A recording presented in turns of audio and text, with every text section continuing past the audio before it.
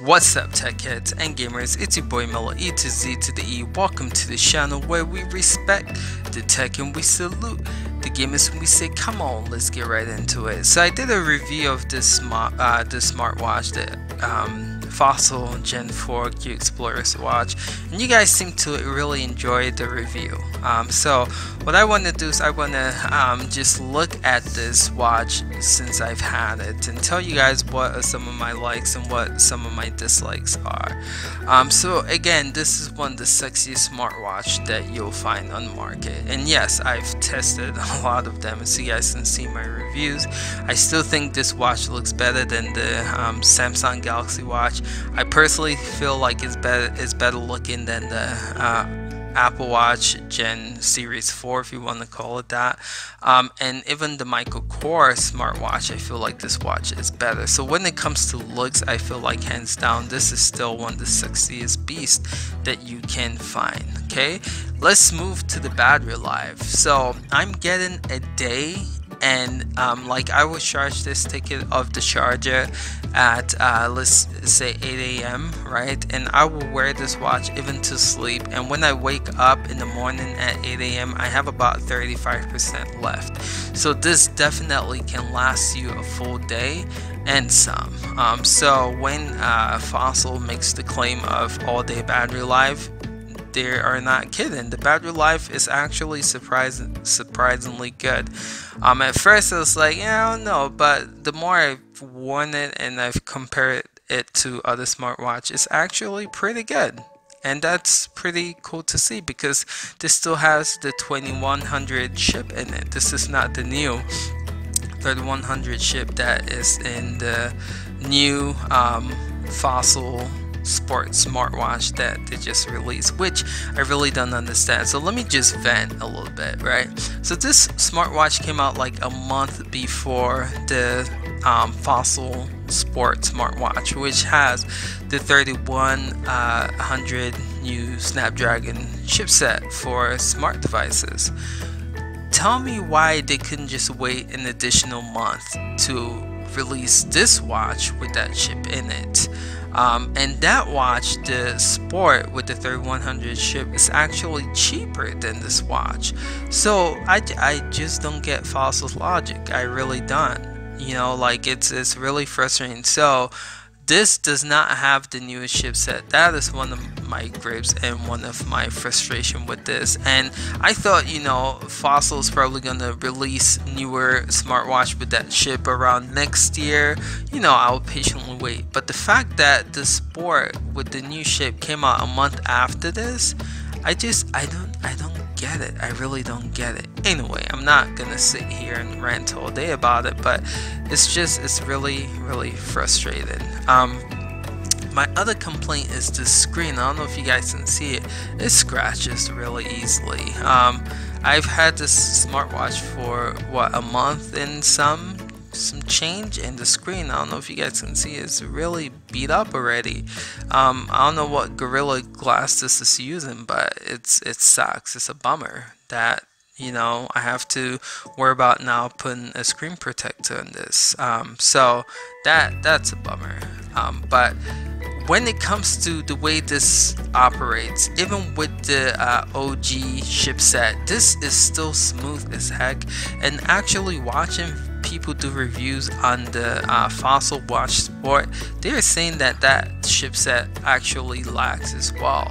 Honestly speaking, I don't experience much lag with this chipset. As you guys can see, I'm just zooming by things, just no hiccups. Everything runs smoothly. You see that? Like, really no hiccups. There's been once that this froze on me, and I had to restart it, but apart from that, and after I did so, it started working, you know, quick and smooth as well. So when it comes to performance, this actually performs well. The only thing that I would say really stinks is just open up some apps, especially the Play Store. Now this is actually the same issue with the 3100 Sport smartwatch. People are saying that open up apps. Where is the Play Store? Here we go. They're saying it's still pretty slow as well, but actually that was pretty snappy. Let me try that again. That is not bad at all.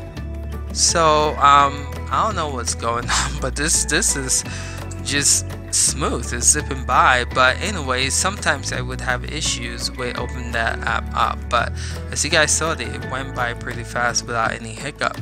So yeah, so I just look at my battery here. It says 61%. It's 212.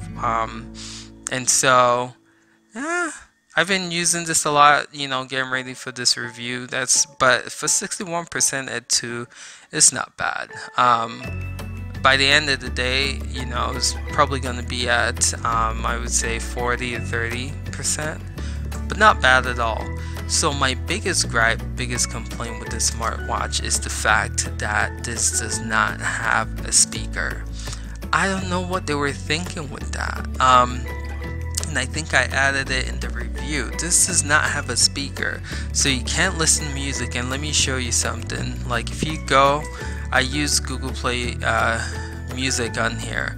So if you go to play like music, where is it at? This is what you're gonna see.